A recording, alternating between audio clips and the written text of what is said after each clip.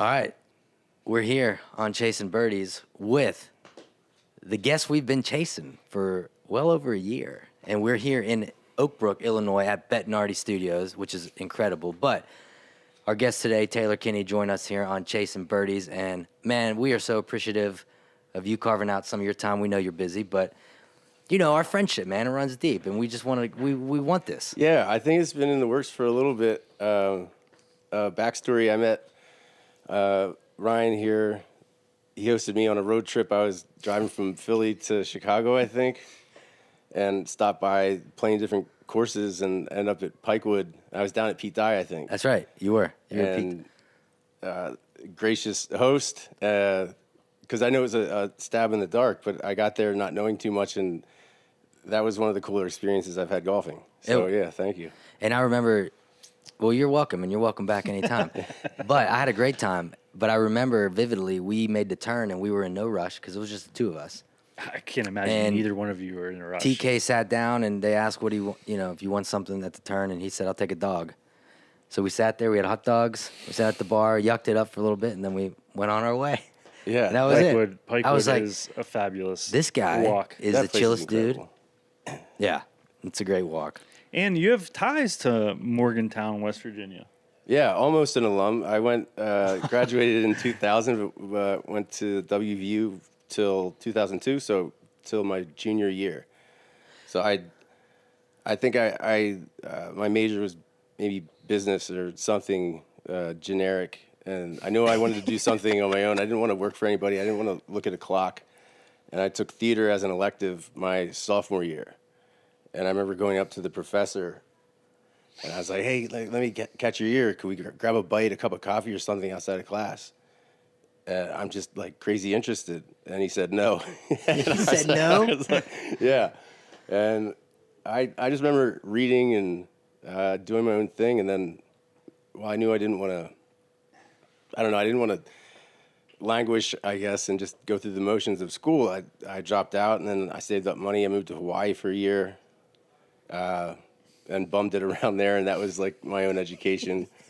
And then went back to Pennsylvania, saved a couple bucks, and moved to LA, and then started hitting the bricks. So you do hail What a from story. Lancaster. I do. Lancaster.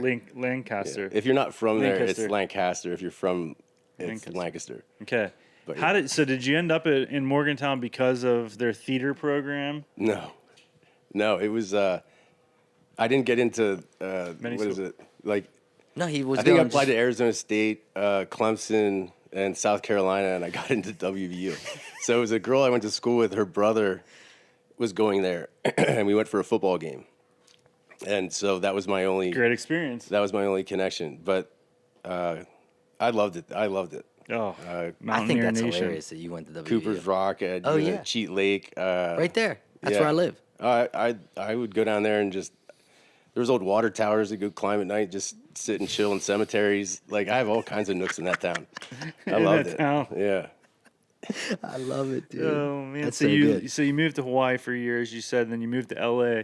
What was that experience like for you, coming from small town Pennsylvania to Morgantown, West Virginia, and then to LA, big city, bright lights? I think I kept my ambitions close to the vest. I think it would have been like saying I wanted to be an astronaut. Grew up with a bunch of brothers, single mom, and she always erred on the pragmatic side. It's like everything's that's not going to work out. So I just kind of did my own thing. Taylor, why would you do that? Yeah, and It's then not going to work. It took a minute, but I remember I booked my first kind of big gig relatively quick. Well, my first paying job was in a Foo Fighters video, but I showed up the day of the shoot. I didn't have a car, and in LA, and that's kind of it's terrible. But I remember taking the subway from North Hollywood to Hollywood, and then got a cab for like 10 miles, and then walked the rest. So I showed up crazy sunburnt, and the director's like, "What the hell are you doing?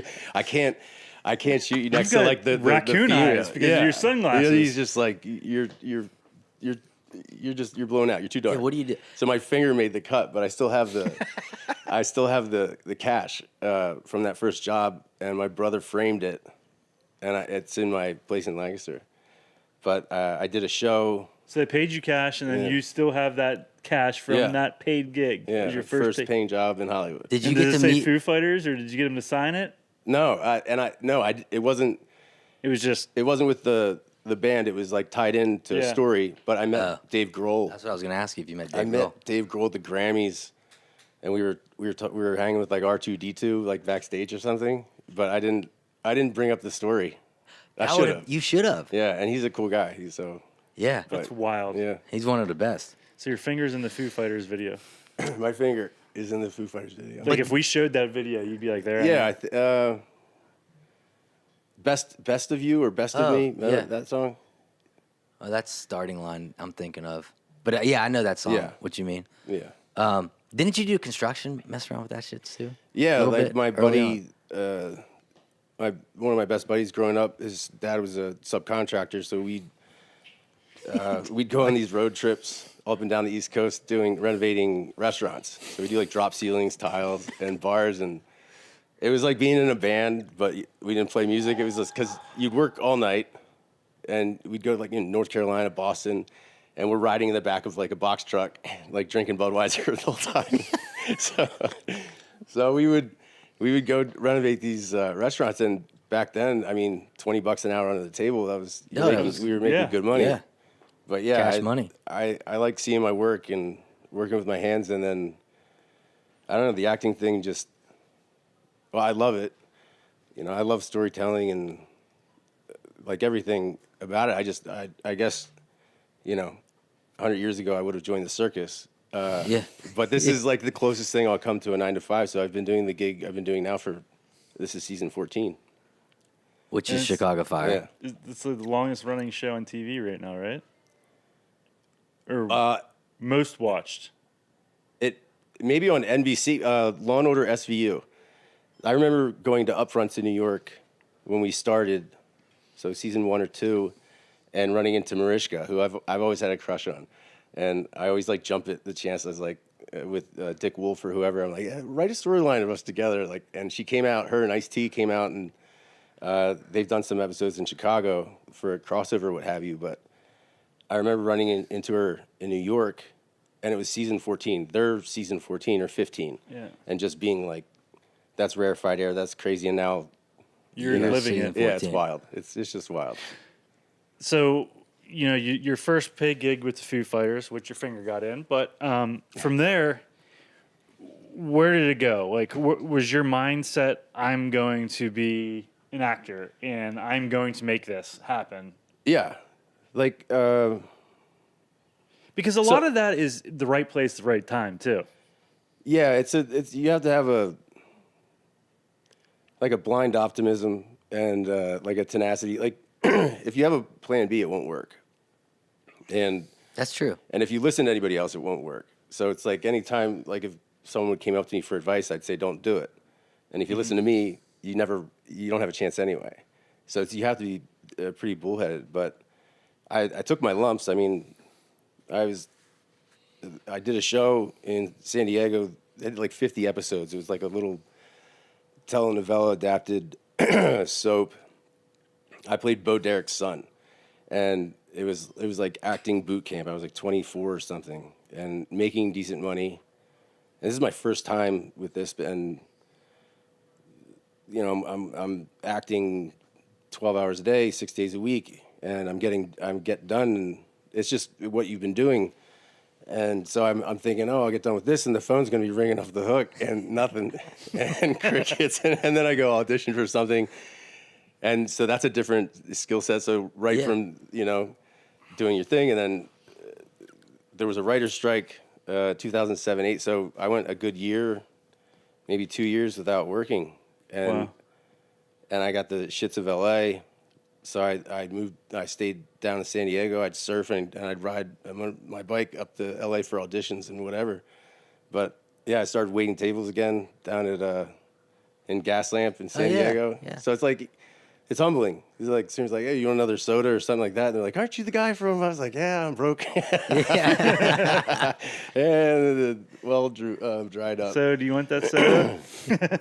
But it was good. And then it's just, I got back into theater a couple little companies, and you get up on stage, and you know, you go, you grind, and you know, when the opportunity presents yourself and you're ready, it's like, you know, Yeah, you show up. It's a lot of similarities though to like the PGA Tour, right? Like that's kind of your when you're standing in front of everybody and you're having to give your best performance as they pick you.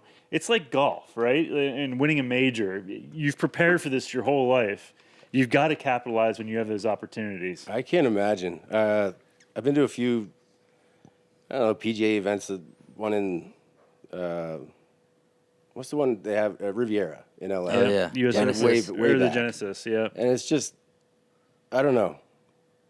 I guess it's the same. You have to be so locked in mentally. And I know coming up, how many people are vying for, whether it's like Corn Ferry spots or what have you. And that degree of who's making it, getting a card, and who isn't, I don't know, that's fascinating. And everyone's trying, and there's wild. thousands of people to try. But I love like, the people that watch golf and they're like, how could he miss that putt? I'm like, what? How can he miss that putt? You're sitting on your couch, okay, number one. Number two, I've watched you putt in front of 3 other people. You wouldn't be able to take the putter back in that situation, let alone hit the ball. Yeah. So I don't think any of us can ever imagine how much pressure those guys feel if they're trying to win for the first time.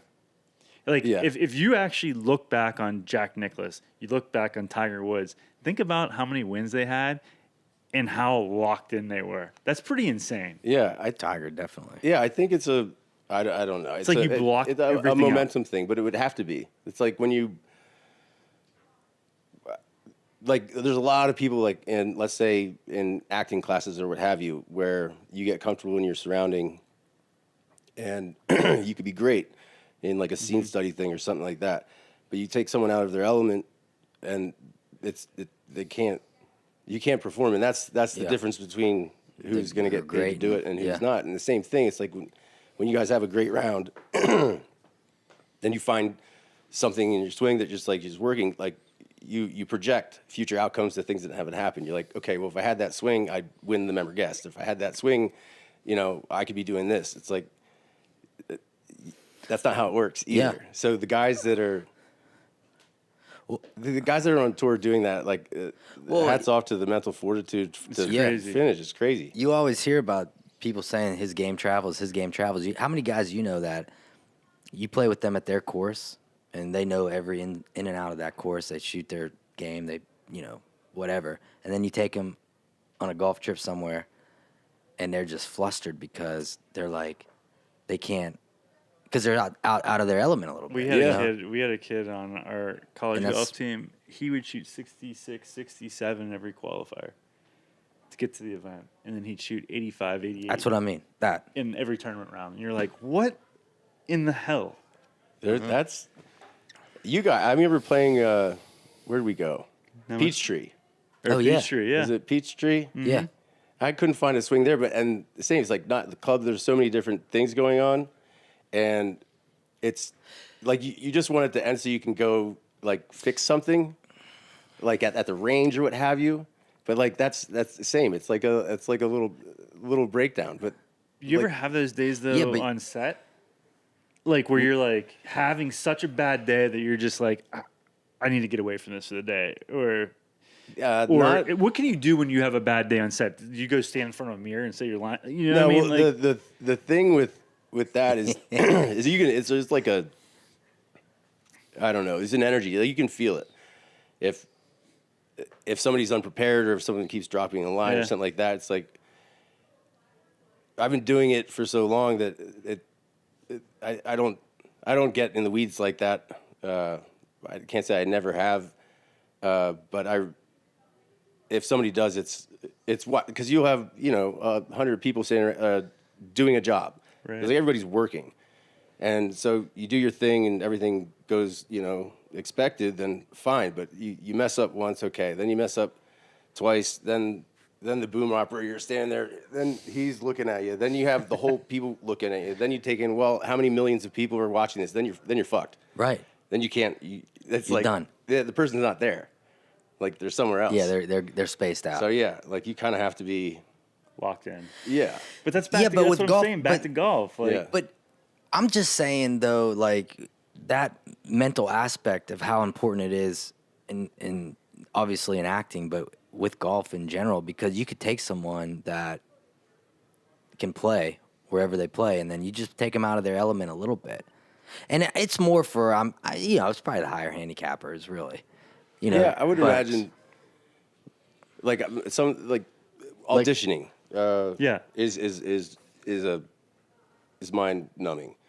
You show up, you work for a day, or however much long you've had the material. You go in, you're going to read for casting director, and then you see 40 dudes that maybe look just like you or what have you, or someone in the sign-in sheet signed like like Tobey Maguire. You're like, wow, he's auditioning for this.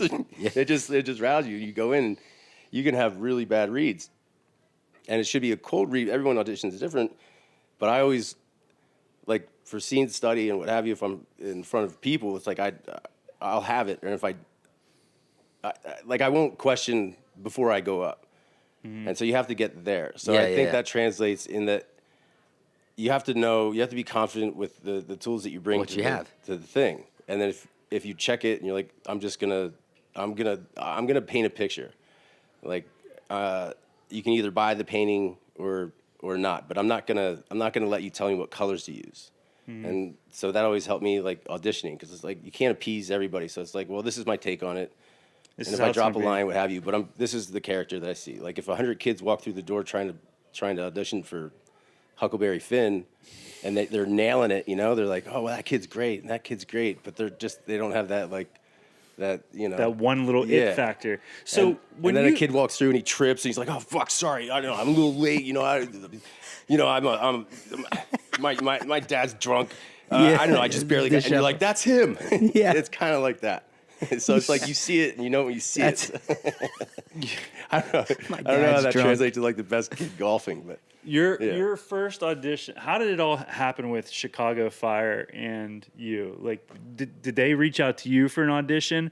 Did your agency reach out to them? How did that all transpire? Because I think a lot of people that listen to the show have heard, they now know how to write a country music song, and they know what goes into get to that song. yeah. They don't know what it takes to get to the TV set. It's like years. Like I always say, like people, and I was at the place where I didn't have.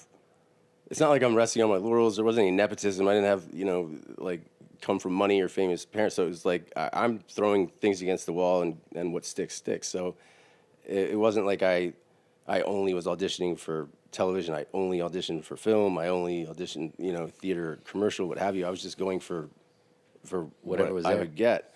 And I had done a pilot the last year for NBC with Don Johnson that didn't get picked up. And so it's another year for television anyway. And I think I was auditioning, or maybe I had booked Zero Dark 30, the film. Yeah. But it was yet to shoot. And I came from, I booked Shameless, and I was doing an arc Yeah. on Shameless, and I think John Papsadera, the casting director, I auditioned for him a few times, and it was like there's stepping stones, and I was like really excited to get it, so it kind of ups your confidence. And I had another audition for a casting director that I had a bad read for like months ago, and I was like, I'm going to dial this in. And I did, and it was on the heels of that. So then I go in for Chicago Fire, not knowing too much other than it was NBC and Dick Wolf, which is huge. And I read with the creators, Michael Brandt, Derek Haas, and I had a really good read. I felt freed up, and I'm like, well, I'll just do my thing. And then I get a call back, and then they had me chemistry read with other actors. So chemistry reads basically like Ryan and I would sit here and we just said we're feeding off of one another type thing, right? Yeah, like we'll bring to like for another character. So it was like my character, and then the Casey character. So they bring in a bunch of people to read for Casey. So and then To see how they feel, how Yeah. they get vibe yeah, with but you. no, I hadn't booked it yet. But then I remember booking it. That was pretty amazing. Yeah. But I It's a remember rad shooting moment. the pilot in Chicago, in March of 2012, and then filming Zero Dark 30 in Jordan, and then coming back. And I remember I didn't have a place to stay, what have you, and other cast members had already got like leases for an apartment or what have you. And I was walking up Michigan Avenue, and I was like, I should get something. I was like, I might be here for a minute. Because I hadn't, the longest stretch, I was in San Francisco. I did a show there for a year, got canceled. Pilot got canceled. Arcs, they come and go. So it was, it just happened. Early. Good. No, I was just going to say early on, I know we had talked about this, but I don't know at what point in your career this was, but you filmed a movie early on with Cameron Diaz. Yeah. That was pretty early on in your career? That was... I mean, that had a... After season 2 or 3, I remember because I really wanted to work with the director. It was Nick Cassavetes. And then so I'd get the material. I was working here in Chicago, and then I'd get material for the film, and I put myself on tape, send it in. And I booked it off of a tape, like a home tape, which is kind of rare. But yeah. And then that was, you never know. Like, I've done projects where, like, I remember doing a project with Bill Murray, Rock the Casbah in Morocco. And the script is amazing. It was ridiculous. It was ridiculous. Yeah, and Kate Hudson, Bruce Willis. It was like but it didn't do well in the box office. Yeah. I think Bill Murray got into a thing with one of the producers, and he's like, I'm not doing any press or promo. It's something weird. But this on paper, it was like one of the better scripts I'd seen. And so you don't know, you can't put all your eggs into one thing. And the other woman was had director, and you just don't know what it's gonna do. And then there's people that I run into all the time that still like, that's my favorite movie. And I'm like, oh, that's okay, cool. But she was amazing, and that was one of the cooler projects. That's a knockout to work with. Bill Murray, though. I mean, come on. Yeah. You know that the Bill Murray in Bash. I've told this story numerous times before. Mm. My man never saw Caddyshack. Yeah, really? For up until what? You're 39. You're turning 40 next year. Probably about 4 years ago, he finally watched it for the first time. That's true. Within the last 4 years, like full-on golfer, watched Caddyshack, an all-time great. Now, when you go up to go to the turn, you go up, and I want a hot dog. No, I want some chips. I want a hamburger. That's me. I'm Spalding. See, I don't even know the names. I don't even. You'll have nothing and like it. You'll have nothing and like it. I wish I could contribute. Yeah, I know. I never saw it. Mr. Havenkamp. Now I've seen it now, but it's a great movie. Yeah. But I mean, that's like so. As a golfer, it's at least quoted once around. Of course, I think where's the course where they filmed that? Yeah, it's Green Oaks in Miami. I played it. It's not Green Oaks. It's I think it's Royal Oaks. It's outside of Miami, outside of Fort Lauderdale. Oh, right on. We'll fact check. I played there with John Bill Murray. Philly, with Bill Murray. I played with Bill Murray. It was incredible. You know who's really close with Bill Murray is John Ashworth.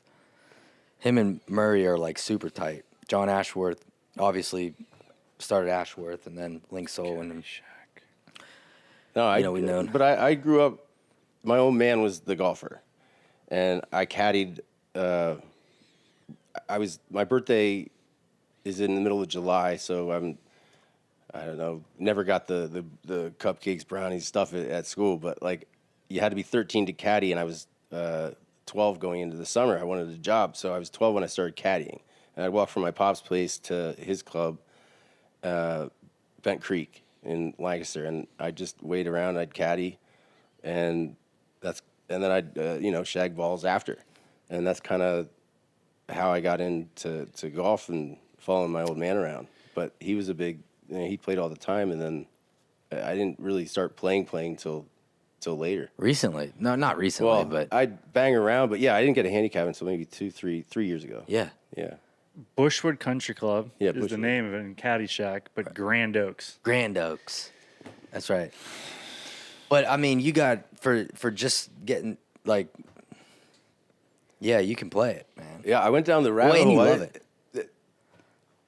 It's hit or miss. It's like anything. It's evolving, but it was something that man, it occupies your mind in a healthy way. I found, and there was a writer's strike recently, and I had a bunch. This is after COVID, and now my brothers and I are members at Lancaster Country Club because my mom has a place nearby, so it only felt fitting that we get a membership. And I was out of state, and we had the same excuse me, same caddy master from when I was you were a kid there, caddying.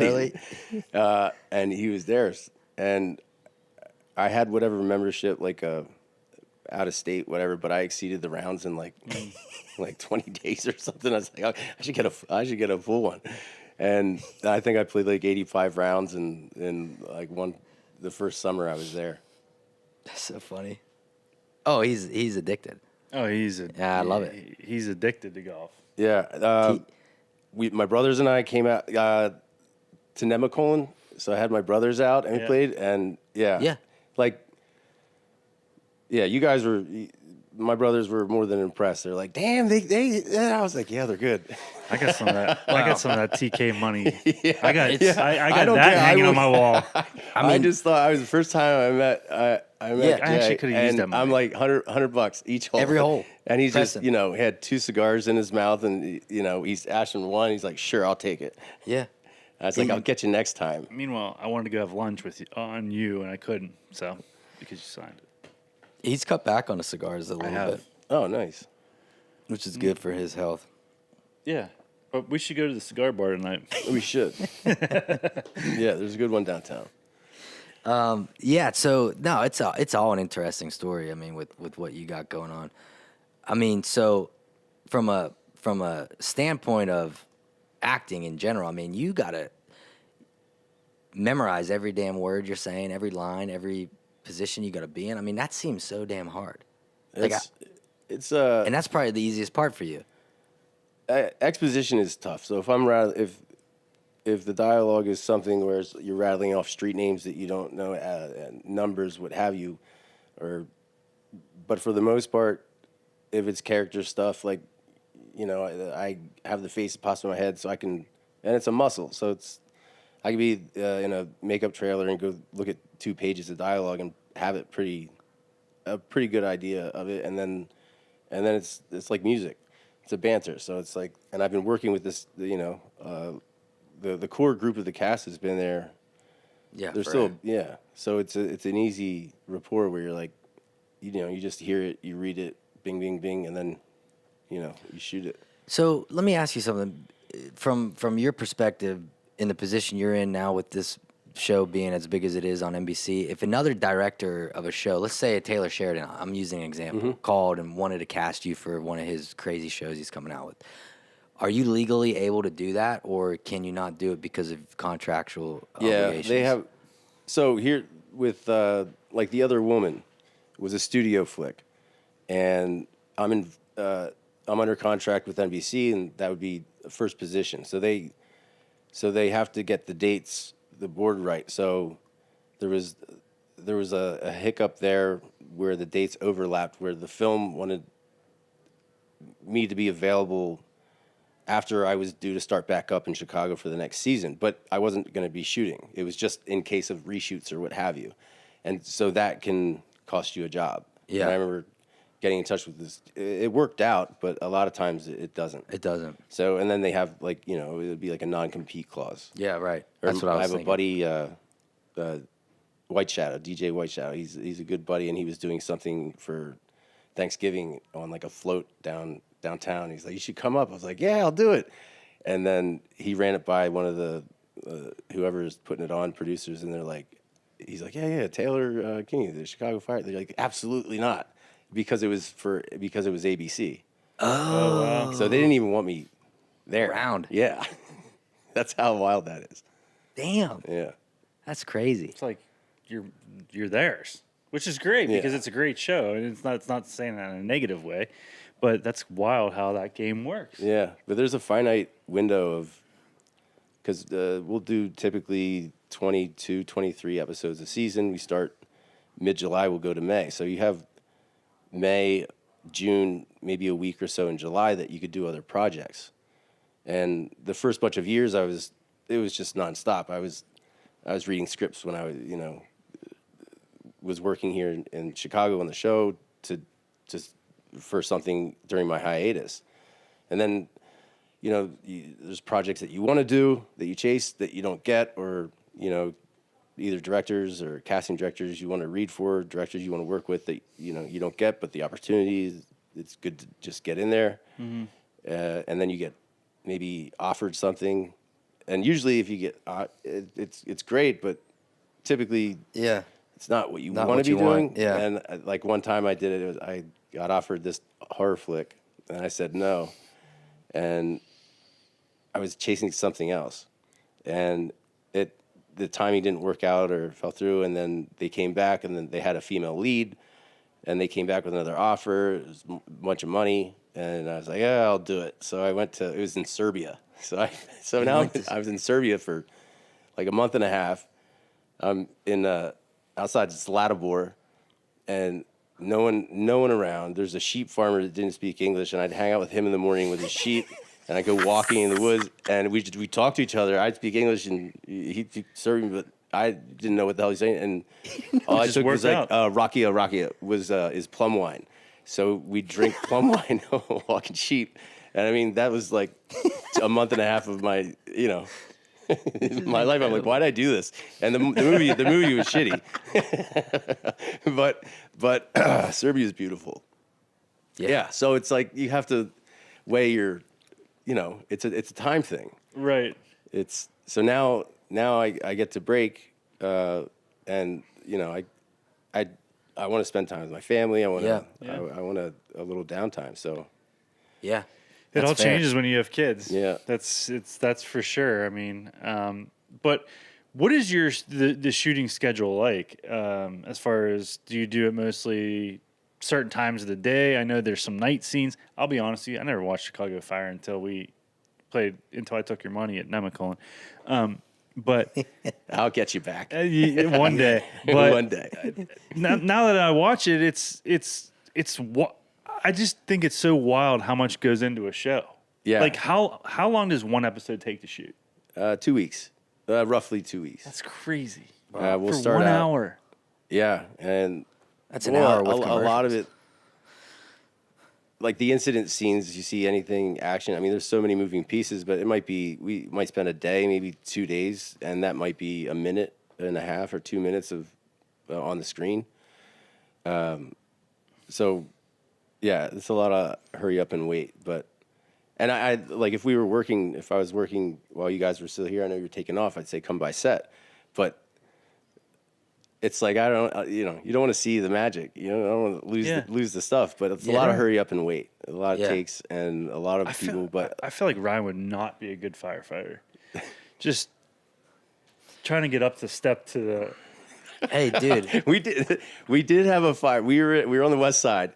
And we were shooting, this is like a couple years ago, but we're with all our gear, all our stuff, and there's a proper fire breaks out at an apartment complex right beside us. So we all run over, and it's fully involved. I mean, it's like people are, it's moving, and people are running out. They're screaming. This is a real fire. This is a real fire, and we're all over. And like it doesn't.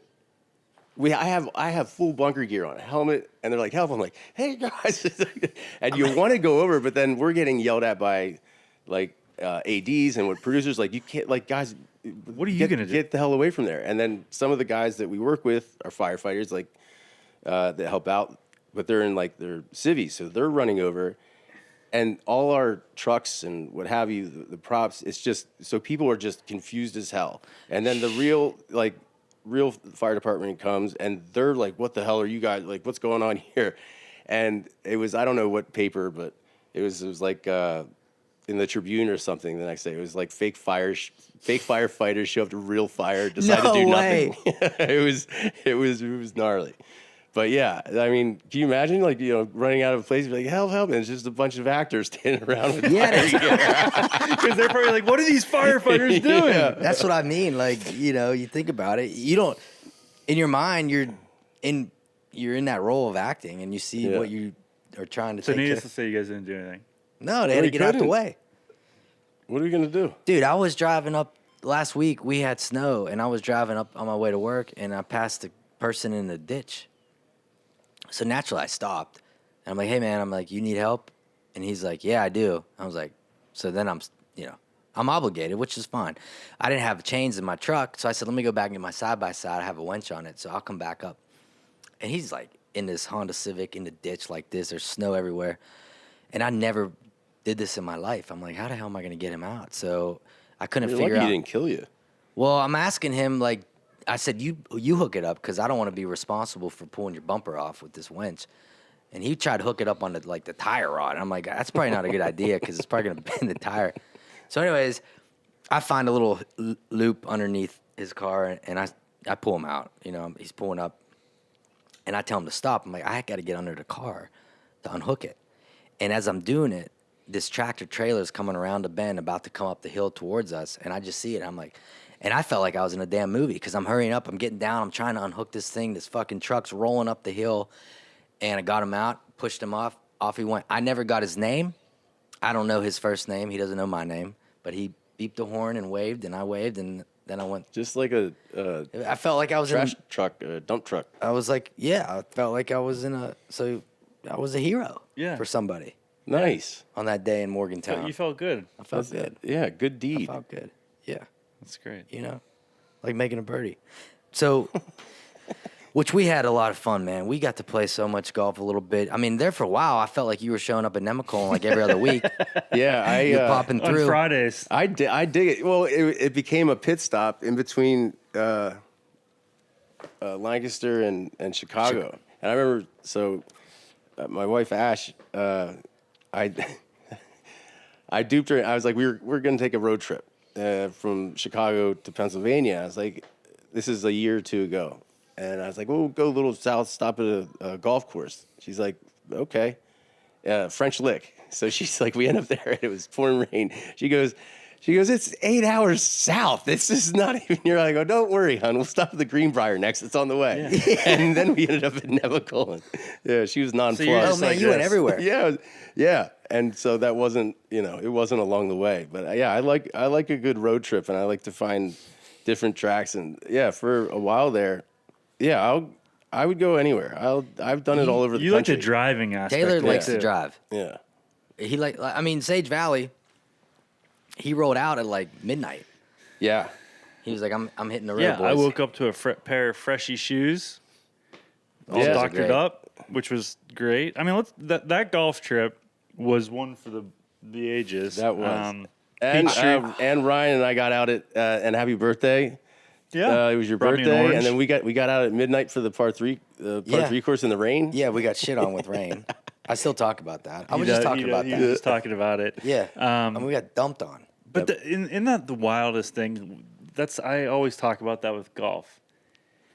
It's wild because our paths would never have crossed if it was not for the game of golf. Truth, I mean, in 100%. reality, Ryan shows up at a restaurant every once in a while, sees his favorite actor from Chicago Fire. He'll go over and introduce himself. But in reality, we would never have met. Yeah. And that's wild to me that golf does that with so many relationships that we all have, right? Yeah. It's true. And now It is. we're taking golf trips together. We went to Peachtree and Sage Valley, which Peachtree to me is one of my top Wait. 3 favorites. I love that place. And it's not lost on me either. Like I said, like my old man was the big golfer, so I grew up with the Masters were always on the television. He was just I'm sure he put a couple bucks on stuff, so he was always watching. So I know a lot of the names of the tracks, and like with Formula One, like I remember playing video games. And so I know the tracks, and the first time seeing, I remember going. I think we were in France, but then we go over to Monaco, and we're going down Monaco, and we're going. I'd come to, and I'm like, oh, we're going the wrong way. We're going the wrong way down the tunnel, like through the tunnel in Monaco, the track. So like those things, it's like the game comes to life, and so there's certain tracks that like I've seen on television. Like I took my younger brother to Pebble, and like. The place is amazing. It's like when you you spend enough time watching it or playing on Tiger Woods or what have you, and you get there, it's like there's a certain There is.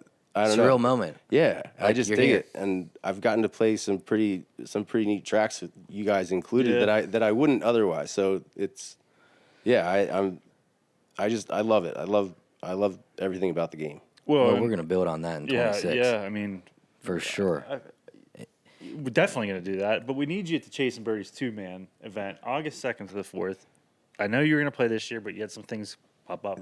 It's just work. If I can get the work thing, It's work. But yeah, I would love to get out of there. Well, why don't we'll have a scene shot at Nemacolin. A fire breaks out at the 2-man event. I want to. I don't know if I should say it on your podcast, but I was like, if I were gonna do a show, my own show, I'd to pen something. I'm thinking like something along the lines like Golf Detective, right? So it's like a drama that you have like a well-to-do guy that wants to retire. He just likes to golf, and so then he gets invited to different places. But it's like a Magnum PI, but on a golf course and different courses. But you shoot the course really well, and then you'd have a storyline like he solves like white collar crimes and helps buddies, but then it parlays and and then it's just at a different club and a different thing, and he's just like the guy. And so you go just because I want to, like it'd be cool to go shoot an episode on a golf course and showcase the golf course, but the storyline is almost like the backdrop. But then you could do like, I don't know, you shoot like a nine episodes or something like that. So if anyone out there, don't steal it because I'll find you and I'll cut your toes off. Yeah, or don't something. steal it. Don't. But yeah, That's so the wheels are always turning. that'd be a. I'll tell you. I'd like to see that. I got something. We went on this golf trip together, and we all walked away with a cowboy boot. That's the boot. Here it is. That's the boot. There's the boot. And this boot right here, Hey, girl. she's meant for dancing. But that might have been one of the funniest. This boot is one of the fun. I don't know if people would necessarily find it as funny as we found it, but it was so funny. that That was a trip full of curveballs. I mean, first of all, we're going to this event, and I didn't know what the hell the event was about. I mean, we knew what it was about, but I didn't know it was off this property, blah, blah, blah, blah, blah. Meanwhile, TK's coming on his first golf trip with us, and he's getting in a shuttle van driving with us. Like, where the hell am I going? Walks right into the front door, and the auctioneer, Taylor. Yeah, I got bamboozled. I love your show, and you're my favorite. Hey, by the way, can you come up and do a little speech tonight and give us? And I'm like mortified. I'm like, are you kidding me? I'm like, Pep, like, he's like, I didn't know, and I'm like, oh, I didn't know either.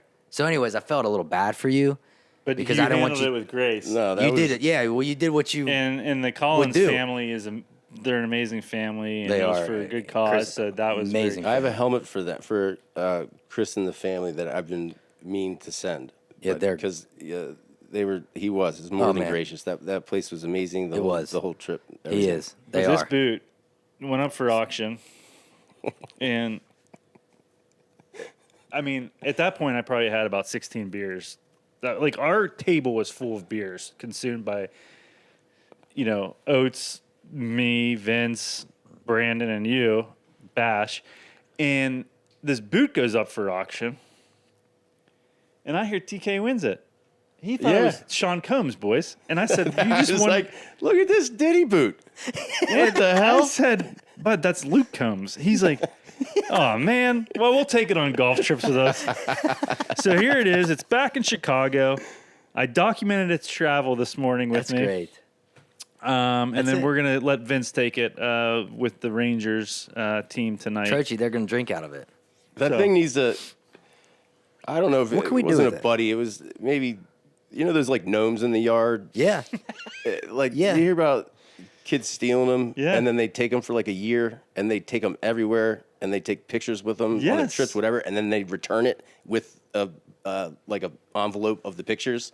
Oh, I didn't never heard that one. It's a silly gimmicky thing that I don't know kids with too But much maybe time we would should be do. doing But that's this. the boot. Like the boot needs to have a life of its own. It's gonna be a phenomenon in hockey. It needs to go everywhere. Everywhere. Yeah. But that's the thing. Like, I like mean, that. It's like, should everyone sign it? Like, what? Leave it go? Well, you know, I think it'll evolve. Drink out of it. You can get it. You can get like a little stitched. You know, you can do stuff in the side. You could. I don't know. You could put it. You're very. That's the other thing about you, that you're very creative. You have a very creative mind, which I was actually going to tell you. I didn't even tell you this, Bash, but it would have been great to have the tattoo equipment here and give me a little tattoo. Oh, I would do that. I have 2 tattoo guns. yeah, I don't know where they are. We might right have now. to set you up I would. with I a would. little. Yeah. I I'd was give thinking you a about getting tattoo. one on my finger right here. I mean, Taylor, for people that don't realize Taylor, his artistic ability. I mean, It is every time really you cool. see him in a pair of shoes, I doodle. he's doodling. Oh, these are And these are Thanksgiving. yeah, gobble. Gobblers. And what else? I don't know. It's just like But the ones you did for me. 9. Yeah, and I Masters have a pair. champion? I have a pair for Bash too. But yeah, like I don't know. I get a kick out of it. Yeah, but it's cool. It's cool and it's It's creative. cool as shit. I have like 20, I had maybe 30 pair, but like a lot of them, they'll be from like a golf trip, or if I play a different track. So I'll either do like score front and back or whatever, but it's a keepsake. So I have stuff from like member guests in Pennsylvania. I have like a horse and buggy on the side, on the side of these like FootJoys. But like I'll just keep them, and it's my little. I don't know, something I get a kick out of. Well, on the golf bag, I remember after we played one day, I was talking to Pep, and I was like, dude, the most ingenious genius thing is Taylor's golf bags. Everywhere he plays or whatever he writes on his bag, you know, whatever you write, the course, I don't know if it's a score. Because it started That's a great like on the idea. walls when I was a kid. Like I had a bunk bed, my younger brother, and then it was like an A-frame, and I was the top. So I never slept great, but I'd draw on the ceiling, and then I started getting mom's like, you need to chill. So then I'd use like a canvas. But when I got places, I still do. Like I couldn't wait to be a grown up when I was a kid. I was like, I'm gonna do that, and I do that shit. Mm-hmm. But I've tamed it down. But for a while there, my place here in Chicago, or old place when I was a young bachelor, I mean, it was just covered. Like I just tagged the wall. It was everywhere. But it was With a Sharpie or yeah. I'd get Spray some. I paint? got to stay away from the acrylics, but yeah, like I do Sharpie. So I get like now I just order them and I put like Skunkly or what. So I have like hundreds of my own Sharpies, like different names on the side. But I just like it, and I just have them to like tag stuff. But I stay away from walls. I used to do a lot of walls. walls. Yeah. So But that's cool though. Like your creative mind, and then again, like when you're tattooing yourself, do you even care about the outcome of the tattoo, or is it more No, or less? I have a lot of bad tattoos, but a lot of them I've done my own. But I have one on my leg that a buddy did. I did a Jesse Spencer. He was a castmate for 10, 11 seasons, and he was taking off the next season. So I was like, we're doing a Vegas trip, and so I rented a plane, and it was like 10 of us. So we go to Vegas, whatever, and we're on the plane in the middle of, we had our own thing. So I bring out a tattoo gun. So while we're 30,000 feet, he's tattooing me, and there's ink everywhere, and it says it was supposed to say keep swinging, like for the what I mean, like the saying, keep swinging. It says keep swimming on down here, and then I have another one where it's like a friend I had do just do a portrait of my other buddy, my buddy Rob, and it was terrible, it was awful. I go tattoo it on me, and so I have that, and it's just absurd, it's ridiculous. But there's So I think and you left them yeah. totally. Well, they're keepsake. They're yeah. I mementos. mean, I'm not doing it. You know what I mean? It's time and place. Like when inspiration hits, Yeah, I think that that's right. you come to the 2-man this year, bring the tattoo guns. I'm gonna tattoo on Bash, and he's gonna tattoo on me. And let's- Wow. Yeah. I think we should do that. I don't want you touching me with a tattoo gun. And they're always great. you don't want they're, meat they're to- always always good. You'll they're laugh. always going to be great. Yeah. See, that's what he's Like saying. you're They're gonna, always and be even good. the shittier the better too, because That's you'll be right. like, someone will be like, "What is that?" Yeah. You'd be Like, I would and then you tell probably- the story. It's like, Peppy got me. I would probably be like, all right, you can like. I would go lower back right here, like right here. Just You want a go tramp ahead. stamp? Well, not a tramp stamp. Dude. It's like a side. It's like a side, but I wouldn't have to see it. Like Yeah. I would forget it was there. That's why Yeah. I would put it like ass cheek. You want a landing zone on your back. that's what he said. It's funny. Yeah, we could make that bet. I mean, I've been itching for a new one actually. That should be But I just- that you guys should have a season long bet, like Yeah. something that takes a couple months, like For a tattoo. whoever lowest score under like 10 rounds, whoever has the other person has to get a tattoo by the other person. I mean, if you're in, I'm in. Gen 1's right around the corner, bud. that might be. I had this one You in on this? that I thought was gonna Mustache. wash off or whatever, like after a while because it's on your hand, but it didn't. That's almost 20 years. That's from a bocce ball game, a loss in San Diego.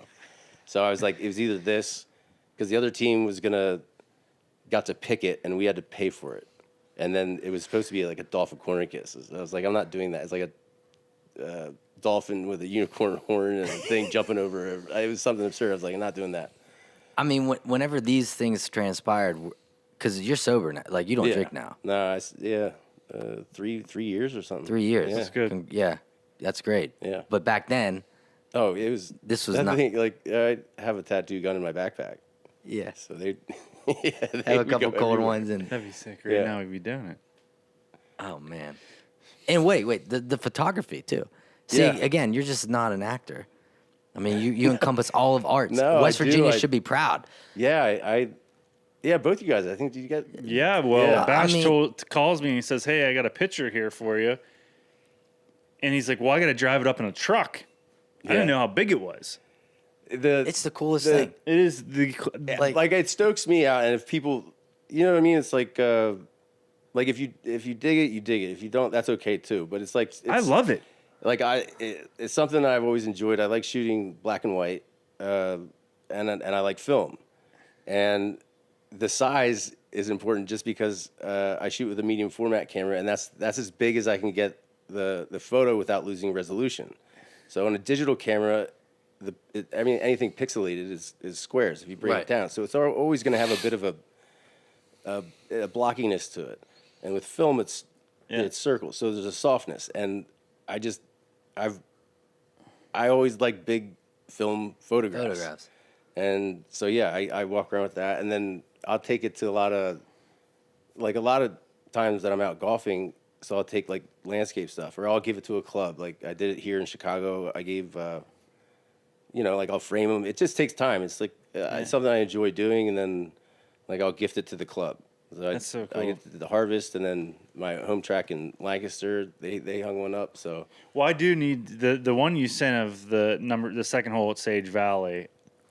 I'm gonna need that in like a 16 by 20. I'll pay you. I can do that. I'll pay you for your time and all this stuff. But Yeah, no, you just that picture you texted me is so cool because the coloring. It's almost like it's from the 1970s. yeah. It Oh, is that is so a color. rad. That is a color photograph. isn't it? Yes, Yeah. so I'll rad. have to go through the negs and yeah.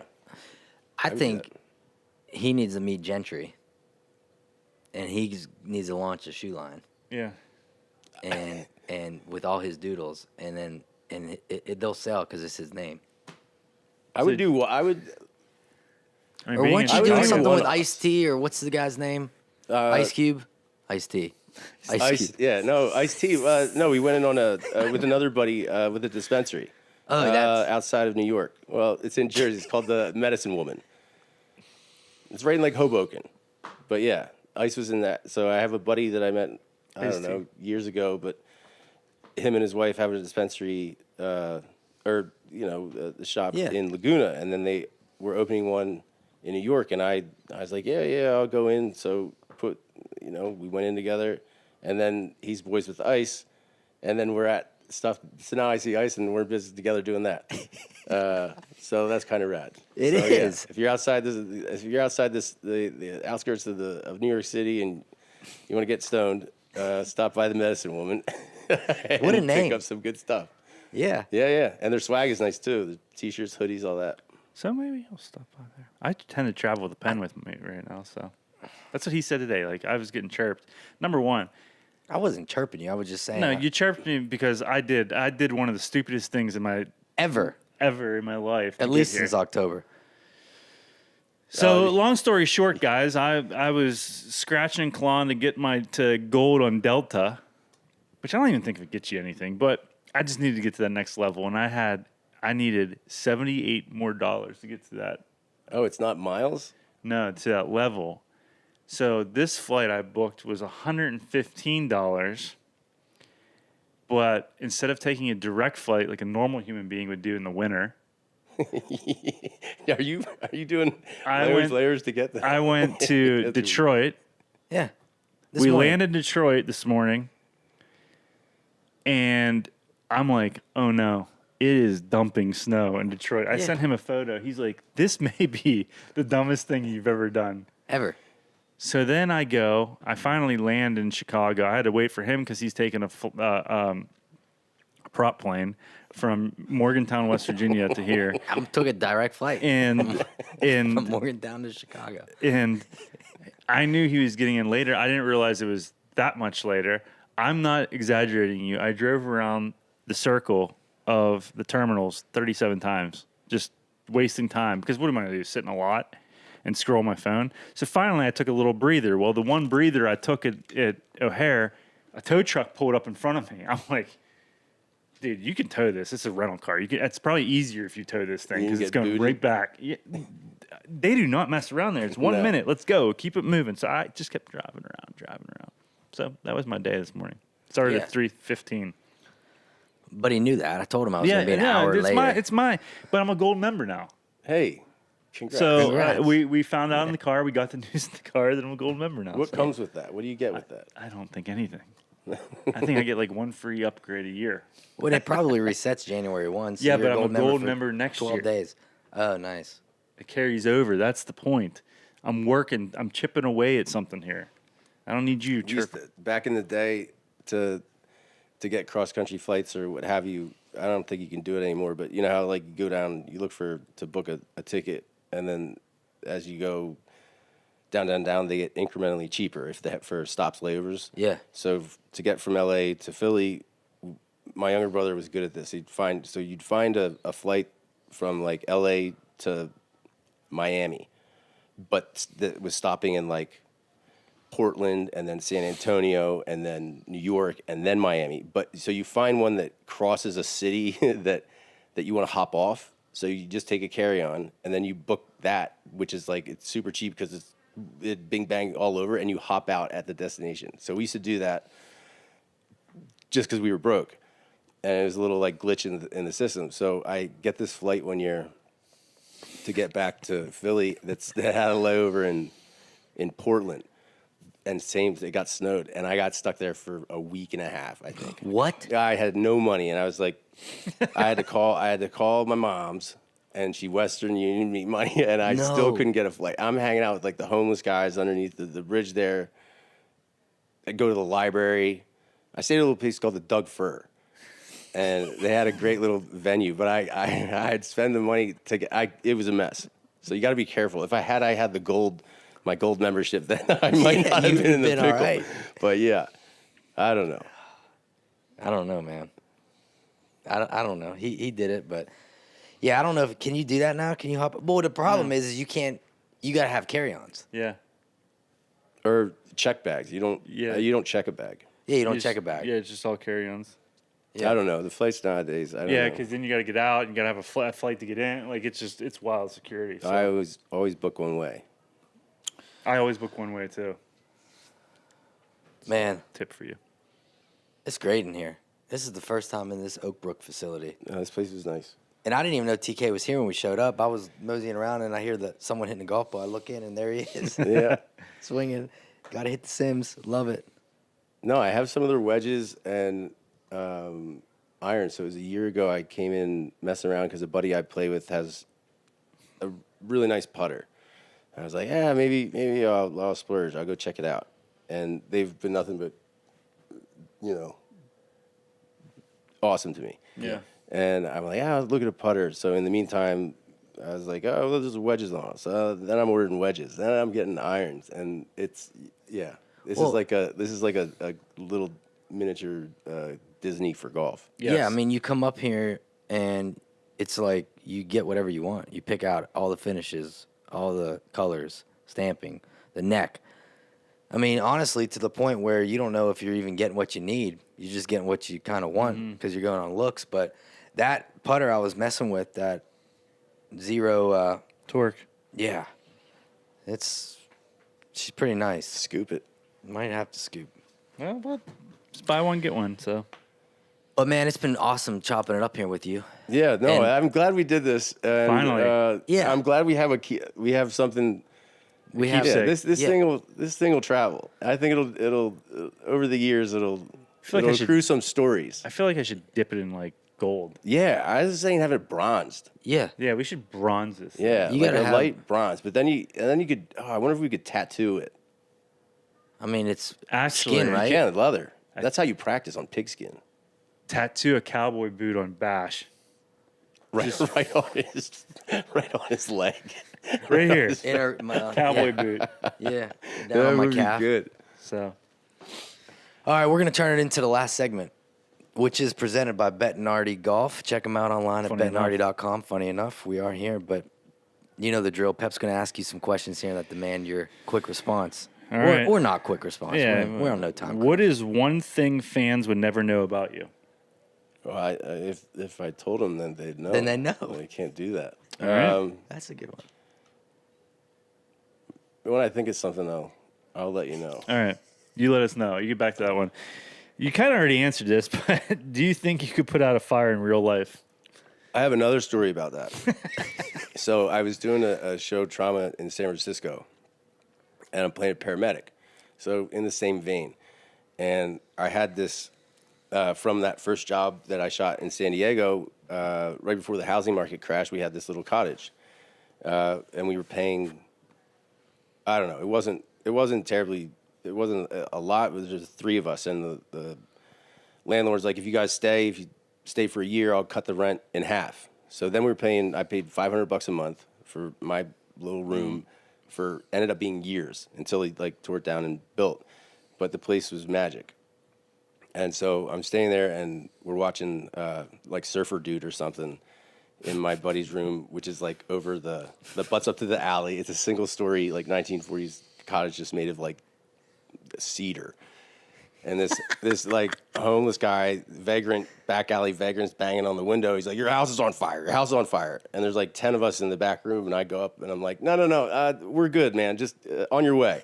I go back down. I don't know, some crazy guy out there. And he keeps banging. He go back, your house is on fire. I'm like, dude, what the fuck? So I go out. I go to the street and the house is on fire. No. So I run back in. I'm like, guys, the house is on fire.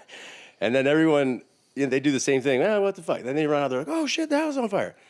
So you, your head doesn't work like you think it would during, When So we're running in to it's that close. It's like a buddy later is like, I saw it from 15 miles away up Mission Ave. It torched half the house. But I go out. I grabbed a phone charger. My buddy grabbed an amp. You don't know. I grabbed nothing of value. It was just scurrying, and then I'm out. And we're standing there while it's burning down, and there was one guy in a wetsuit. While it was burning down. His wetsuit was around his waist, tied down, and he's on my neighbor's roof with a hose, and he's just squirting the fire. So anyway, the fire department comes. They ruin the whole backside. It gets put out. And later, my buddies are like, "Hey, man, you're on that show. You're you're the first responder. You didn't do shit." I was like, "What was I gonna do?" But no, it's no. I have the utmost respect for firefighters, and that was the big thing when I started. It was I want to that's the litmus test of being able to walk by a firehouse, and if I don't get roasted, then I can hold my head high. Cool. And that was a big thing. So I don't know if I could put out a fire. I sure have more tools than not. Right. But yeah, You That stand a is- better chance of me or him. possibly. Yeah. Dream foursome, dead or alive. Just my pop and my brothers. I think, my pop passed away, I don't know, 7 years ago or, 6 years ago. And it would just be cool to play with him and my brothers. Yeah. That'd be. All right. Who would play you in a movie about your life? Oh, wow. I'm not that old. I mean, or you have that good of a career so far that somebody's going to make a movie about you. Who would you want to play that role? Macho Man Randy Savage. I think it would be dope. Oh, brother. Yeah, just like a little spice, but like just play it straight. God rest his soul, but man, that guy was amazing. Yeah. I liked me some Macho Man. I love the old WWF back in the day. Do you have more nerves hitting a tee shot in front of 100 people or in an audition? I don't know. That's a good one. I don't know. I do like I love the first tee thing, because you do, like I'll do like There's a some guessing. jitters. Yeah, You but get I'll get up jitters. and do it fine. But it's you never know when it wants to pop up. Yeah. But I think with like auditioning, it's like it's wild because it can't not be. Yeah. Like it has to stem from like it's something that you want, right? Because otherwise, if it wouldn't exist, like Right. you wouldn't, if wouldn't you have didn't give a this- shit, that if you feeling. didn't care, and there has to be something like I can't do my job without an audience, and so it's like the observable thing. It's like a quantum thing. Yeah. So I think the more eyes on you, it's like the observation thing. It's like you have to be honed in more. It's like my big thing is, it's the setting. So auditioning, I don't know. If it's something I really wanted, I'd probably be a little antsy, but then I'd prepare accordingly. But there's something that like, I love these like the YouTube clips of people getting like they're at like some charity thing and they line up like they do like they're at a PGA event and then they get like someone beelines it into their. You see the one where the In their guy skull. they tee off and it hits some lady and Yeah. she goes to the ground and then they hit him again. It hits her again. She goes, "Make it stop." I don't think I would do that. Like like the first tee at Augusta. Right. Like I'm baffled. Like I was telling John, I 2 years ago went for a Saturday, and I'm down. Like I'm not gonna neck for the I'm not trying to get close. Like it'd be cool to see someone in the tee box from a vantage point that's respectful of what they're doing. Mm-hmm. But the people that are leaning over in like the 50 feet away from what could be a shot in the head, that baffled. Like I wouldn't be on the tee box comfortable doing that. Like, hey, here's a bunch of pros, and hey, here's some actor guy. Tee off. I'm not doing it because I know I'm going to hit someone right in the head. Yeah. And I don't know how these other people are so cool with just.